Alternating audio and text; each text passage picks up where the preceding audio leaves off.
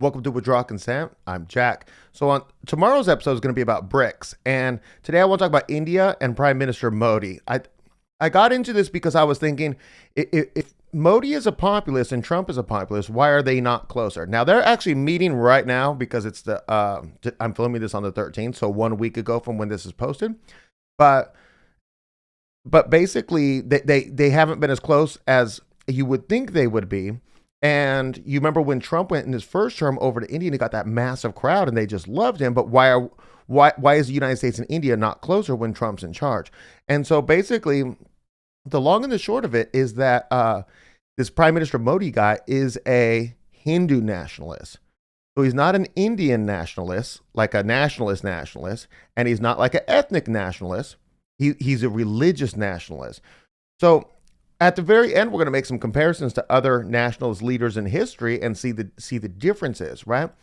So basically, one of the things that stands out about this guy is that he's from this poor background, because all of the rulers of India since I believe 47, when they left the British Empire, have been these, not all of them, but I'm saying the majority of them recently have been these corrupt elitists who come from elite backgrounds. And so he's representing a populist, like okay, so Trump is the elite saying he represents the populace, whereas this is the poor dude. This is me representing the populace. You know what I mean? But not me, because he's got different views. But you know what I'm talking about.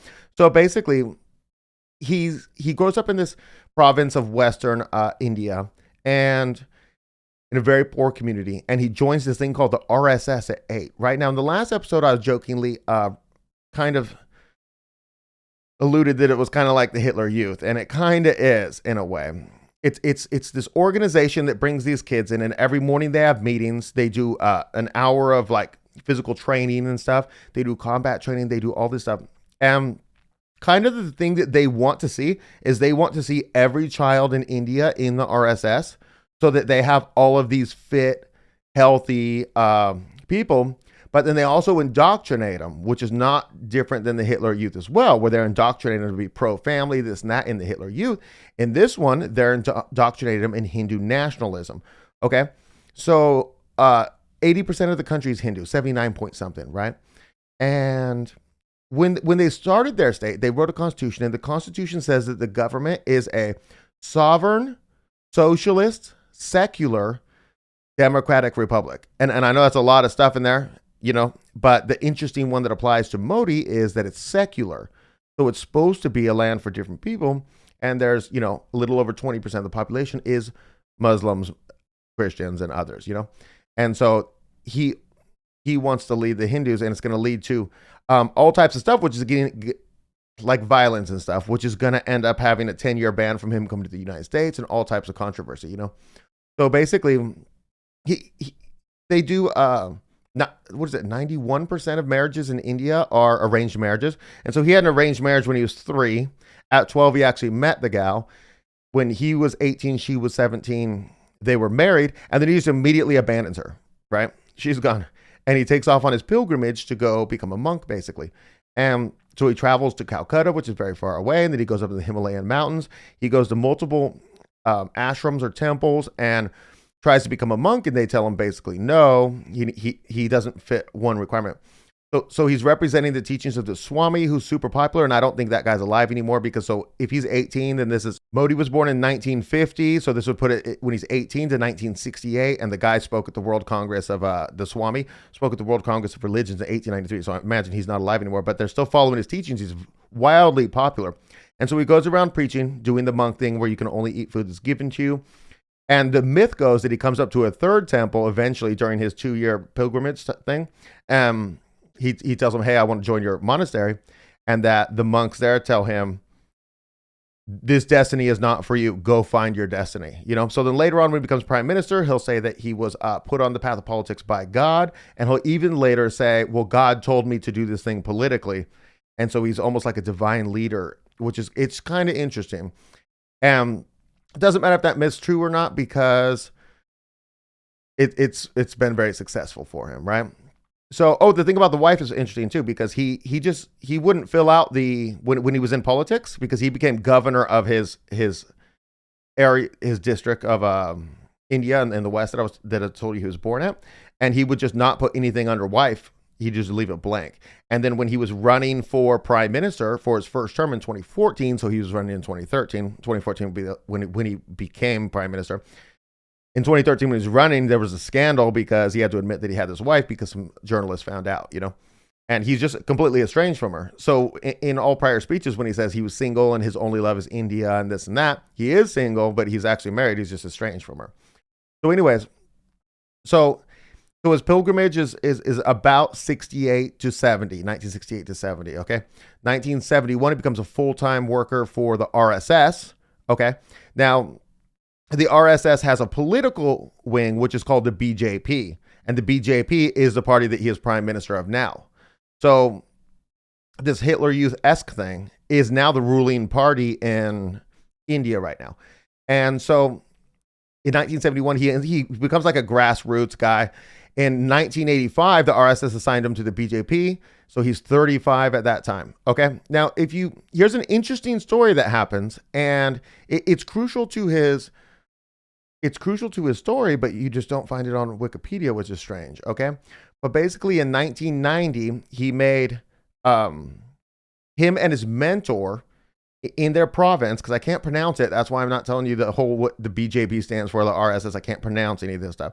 So in his province, basically, they come up with this plan, and they're going to do this really massive march, and they're going to march tens of thousands of people. And it says 10,000 kilometers. That seems far for me, but India is very large, and they're going to march all the way to the north of India, and they're going to go to this mosque. And this mosque was created by the Barbars, I believe, and that mosque has been there for hundreds of years. But there's been controversy over it that before that, it was they had taken down a temple to the seventh incarnation of Vishnu, which is Ram, I forget. And so there's this myth that there used to be a temple there, and that this Muslim tore it down to build a mosque. So they do this march, right? And it becomes the biggest thing. It's the biggest movement of Indians that has ever happened. And they're going town to town doing these rallies and stuff. But this is what gets the BJP into the spotlight. And so they have 250,000 troops to protect the mosque when they get there. And it's just this fanfare of this whole thing, and nothing really happens right then.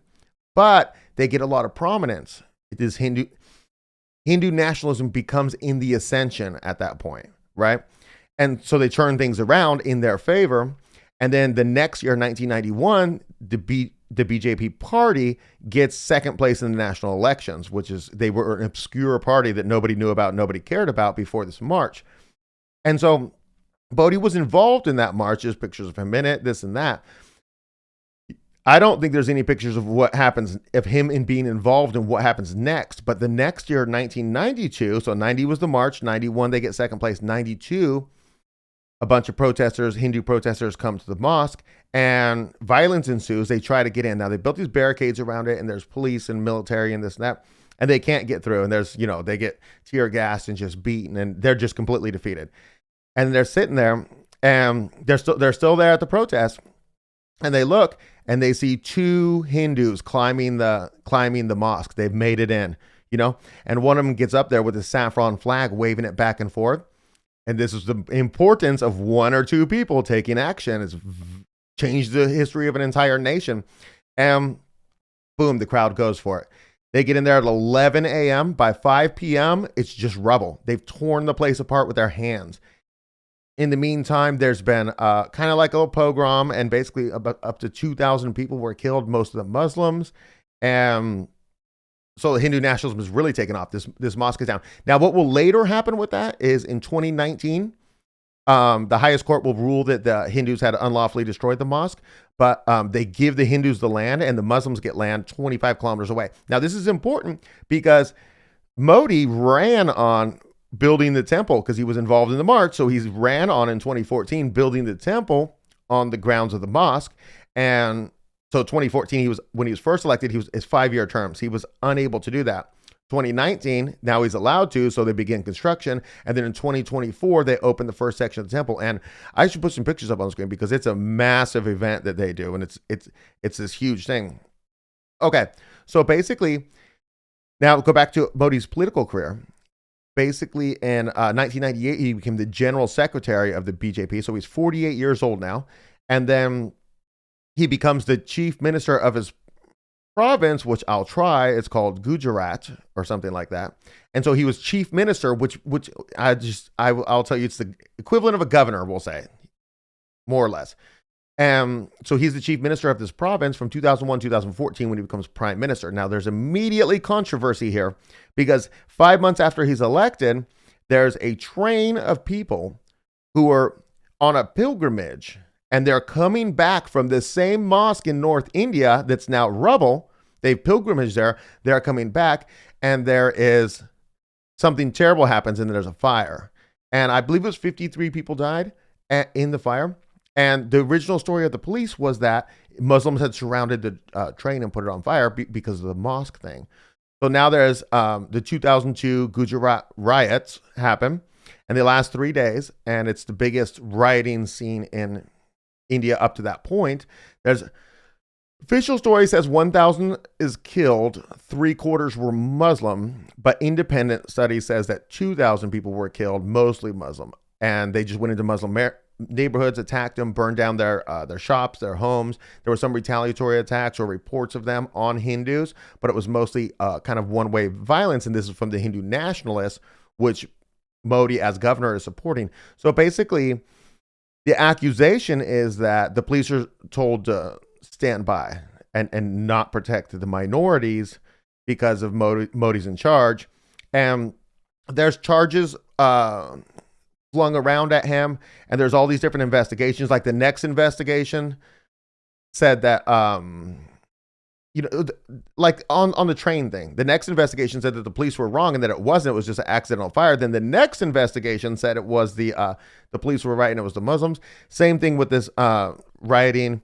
He's never actually found guilty of anything, and eventually I believe the highest court clears him of this, but it kind of seems like he was in the wrong here, or what? No, not in the wrong. It kind of seems like he was complicit in this because if he did it, he meant to do it. He meant to allow the Hindu nationalists to rampage around. Whether that's right or wrong is your opinion. In his opinion, it would be right.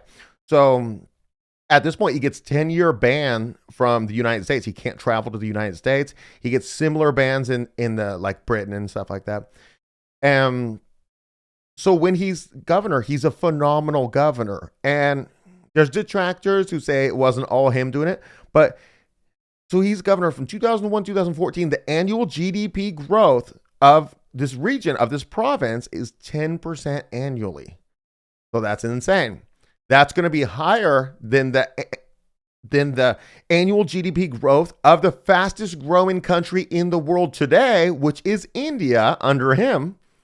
So he did better as governor than as prime minister, but he's doing better as prime minister than anybody else in the world as far as growth rate, not as in total GDP, because they're still obviously emerging country. So basically he gets elected in 2014 and he gets a majority of the parliament as well. And it's the first one-party majority since 1984, which would be 30 years. And he gets 31% of the popular vote, but for some reason that's overwhelming because they have this like first past the poll election system that they handed down from Britain. And I didn't really look into that too much because in the next election in 2019, he got 27% of the popular vote and he still won an okay. So now he still won a majority, but now in 2019 to 2024, he had a coalition majority. In 2024 election, he promised a 400-seat super majority, but he got a majority, and this is a non-coalition majority, I believe. So he's backed just into the majority without the coalition. Now, here's what he's done as prime minister. I told you he did 10% average GDP growth as the governor. He's averaged 7% GDP growth as prime minister. Now, if you look up articles on this, they'll say that they'll be like India's GDP is dampening, because it's going down a little bit. It's not going down. It's going up less fast, which is the same thing with like the Antarctica and stuff. The same thing with the ice caps. They say, oh, it's shrinking. It's not shrinking. It's growing less fast. It's still growing phenomenal numbers of tons of ice per year. It's just less tons than the year before. So the articles you read about this are kind of shady. And so the reason why the economy hasn't been even higher than 7%, which is the best in the world annually, if you want to compare, when Trump was in office in his first term, his really good growth rates were like 2.7, 2.8%. Really good, right? And I'm not talking bad about him, but they got average 7%. And the reason why it goes up and down is because he's had to do these reforms. So he did this big banking reform and get rid of a lot of corruption. Because remember, he was running on getting rid of the corruption of the elites and coming in with the populism. So he had to do this big bank reform, which caused all types of problems with the economy. Then he got it back up. He did this entire, where he got rid of this counterfeit currency because everybody was using this weird currency that they were using to not report so that they didn't have to pay taxes. And he had to do that. And a bunch of people went hungry. You know, a bunch of poor people went hungry during it because it was so catastrophic, but still held the GDP and got it back up. And then he went and helped those people. It was an interesting story because when these people were just in lines and they were just starving, nobody was mad at Modi, though. They were like, okay, we see what you're doing. We see that everybody's suffering, both the rich and the poor. And they're like, we're going to push through this for a better India, because they realize that what he's doing is for a better India in those instances. Okay, so also economically, he's really protectionist when it comes to tariffs. Okay, so they're one of the most protectionist countries in the world. They massive tariffs on imports. And one of the things that they're doing when they're meeting today on the 13th of February, 2025, is that Trump's trying to talk Modi into lowering his protectionist tariffs. So tariffs can destroy your economy, right? But if you have the fastest growing economy in the world, you kind of don't need to change it if it's not fixed. But it's his economy. Do what you want. Anyways, I just think it's interesting. It also goes to the protectionist attitude that we see in relationship with China and the Belt and Road Initiative. We're going to see it in tomorrow's episode with them going against the one currency for the BRICS nation, going against expanding. They're just super protectionist. But if you got that growth rate, it's working for you. Okay. And now it might not be sustainable. You could make that argument, but for now it's working. In his first 10 years or 2 terms, he built 37 million homes.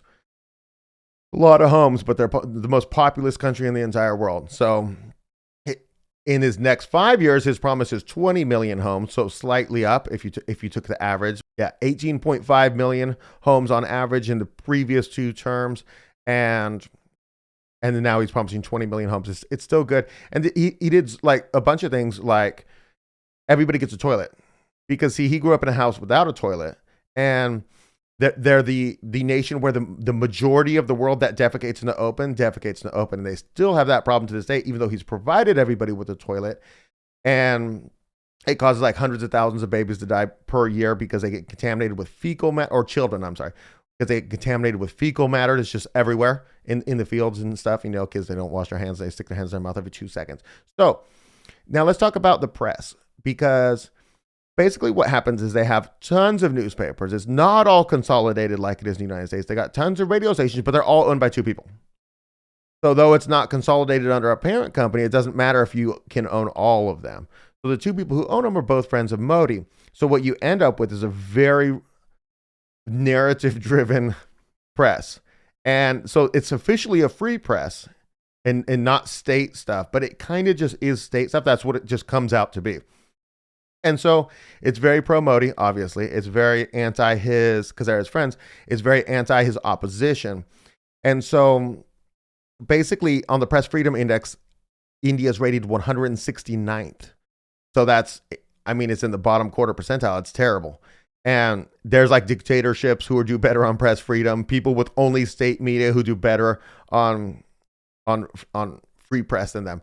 So basically, a little for like some examples, he's had 1 interview with the press in his first 10 years as prime minister, and he only answered 1 question from the press in that interview. That's it. Another example of his problem with the press is that when he was the chief minister of Gujarat, I'm just saying it now, he had this interview that went just completely viral even to this day. And he's in it, and the guy's asking him about his Hindu nationalism. He's the most famous newscaster in India, and he's asked him about it, and then he's just kind of giving some answers, this and that, and then he looks off camera, he's like, I got to rest, and he just starts taking off his thing. He's like, can I get you some water, this and that? He's like, because he was doing it was CNN, India version of CNN. So he was doing it in English, and then in his language, he turns to him and says, "Let's preserve our friendship," and walk away. But like basically, he's not interested in answering to the press. Though when he was in front of the Congress and he was speaking, the United States Congress, he talked about how one of the hallmarks of democracy is debate and openness and stuff like that. But he doesn't do that himself. Now, transparency is great. It's great to have, if I could just throw my opinion in here, it's great to have transparency and to know what's going on. The other hand, if you got a leader who's doing really good for your country, for your people, who you're on board with all of his stuff, and he's not very transparent or doesn't want to talk to the press, it's still a better deal than having a poor leader who's transparent. So, and if you're part of the 20 point something % of the population of India who's not Hindu,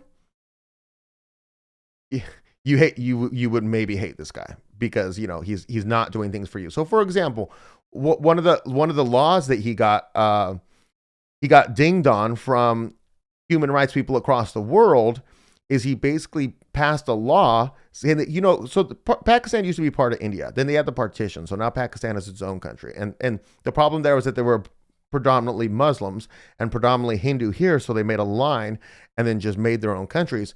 And so there's the same ethnic or similar ethnic people. There could be regional differences, but so he made this law saying anybody who is Pakistani citizen or who lives in Pakistan, who is an ethnic Indian, who is a Hindu in belief, can come back to India and get free citizenship. And we'll try to treat you right and put you in the situation, get you going.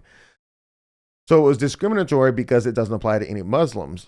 And so, the world didn't like that. And I mean, just whatever. It's up to you, your opinion. I'm not a religious nationalist like this, but I see from his perspective why that's a great policy.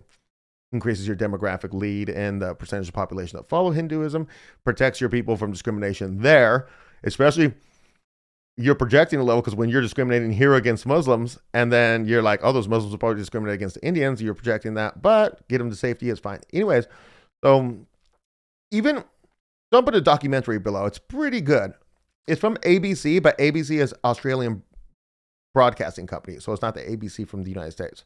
And in it, at one point, they had a cricket match between India and Australia, in the biggest cricket stadium in the world in India. It's in India. And the Prime Minister of Australia is there, and they're making this, they ride around on a chariot. You could watch it if you want to see the, it's a good documentary below. Basically, the Australian reporter, they're walking by, the two leaders are walking by, and he asks the Australian Prime Minister question who, he takes the question, and then he asks Prime Minister Modi a question. It was a silly question, like, do you think cricket's going to strengthen our nations? You know what I mean? This cooperation or whatever. And then Modi just looks at him like, I can't believe you asked a question, and then just kind of mumbles something. And then they're told after that, no questions. You don't ask him questions. And that's just kind of the way that he leads. Okay, so there's also, imagine you run on a platform similar to Trump's. Drain the swamp, get rid of all the corruption, because before 2014, the previous prime ministers, they had scandal after scandal. They had like a $22 billion lost scandal. Like, where did it go? They had a $19 billion lost scandal. They had a 17. It was wild, the amount of corruption. But one of the problems is when you come and you say, I'm going to clean up corruption, like Modi did in 14 or Trump did in both his first and second term, so it didn't happen in the first term.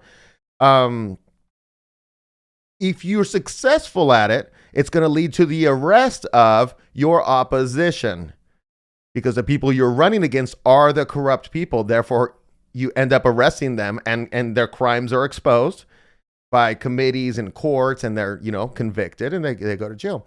The problem with that is anytime you arrest your opposition, you look like they call you a fascist or something like that, So basically, there's been a lot of arresting of the opposition, whereas one side claims, the pro-Modi side claims that it's, hey, so this is the cleaning up of the corruption, here's the evidence, and the other side says, under no circumstance can you ever arrest your opposition, or else you're a dictator.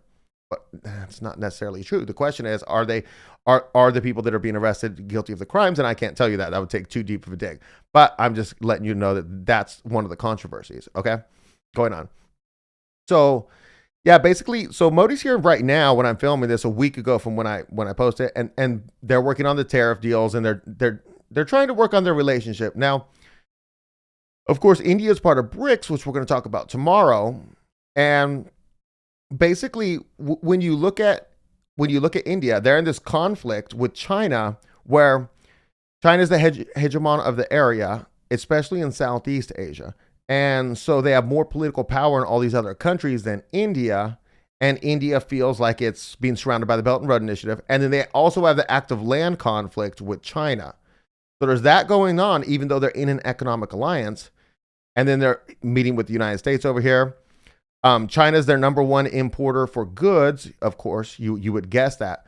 But the United States is very high on the list as well for importing to. I heard on a news show last night when I was researching this a little bit more, and they said that the U.S. was the number one importer to India. I couldn't find that factually. It's China. But anyways, so when you compare Prime Minister Modi to other nationalist leaders, you have, for example, President Trump. And he's a populist. Whether he succeeds or fails at it, that's what he is. And his goal is to do the best for America as a country. Whereas Modi's is not to do the best for India as a country. It's to do the best for the 80% of the country, 80% of the population. And if you liken that, go back to National Socialist Germany and talk about Hitler. Hitler's nationalism was based on ethnicity. But the interesting parallel to them two is that Hitler targeted the religious group, the Jews, because there was nothing wrong with the ethnic Jews who were Christians. That's why they were in the Wehrmacht and his field marshals and his doctor, etc. But he had a problem with that, with the religious group, because there are practices which we've discussed in other episodes. And so there ends up being discrimination, because no matter how you cut it, Hitler was discriminatory against minority religious groups with the Star David and this and that. You could say it was justified or not justified, like whatever. But and then Modi's doing the similar things with discriminating against the Muslims and leading to violence also. And so there's a little bit more similarity there, because even though the one claims ethnic and the one claims religious, if they both end up discriminating against religious minorities, then there's a similarity there. And it's up to you what you feel about it. I feel, if I'm the leader, that it's okay to discriminate against religious minorities. It just depends on why. Like, is it a satanic cult that's going around scooping children up? And I'm not talking about Judaism here. I'm just saying, like, literally Satan worshipers that are going to grab, I don't know, children for sacrifices or something like that, or a resurgence in Moloch. Okay, that's Judaism, fine. But you know what I'm saying? It just depends on what the thing is. And if Modi looks at, so, okay, it's almost like, I feel like one of the differences, I would discriminate because I dislike the practices of the religion and I find them morally abhorrent. And the same thing Hitler would say, but I don't feel like Modi would say that as much. I feel like for example, in the RSS Creed, it says they need to make an invincible wall of Hinduism, in their country. Like they're just one unified thing. And so I feel like there's not like a bunch of Muslim terrorist attacks in the country after the Pakistan thing. I'm not talking about that. I'm talking about 2014 to now when he's prime minister, or even 2001 to now when he was chief minister of Gujarat, whatever. But it's not that there's this conflict. It's that he's the one creating the conflict. There's not a bunch of suicide bombers running around, to my knowledge, India doing crazy stuff, deserving of it. It's that he wants to create a homogeneity of religion and just have it be 100% Hindu. So I think it's pretty interesting to look into. I didn't know about a lot of this stuff. I feel like when you talk about Russia and Putin, or you talk about China, I feel like we know a little bit more about what's going on, but we just don't know much about India. Maybe it's just my personal ignorance and not yours. But I think it was interesting to look into and understand this. And this is going to come in a lot of importance when we talk about BRICS tomorrow, which I also think is going to be interesting. And I hope to see you there.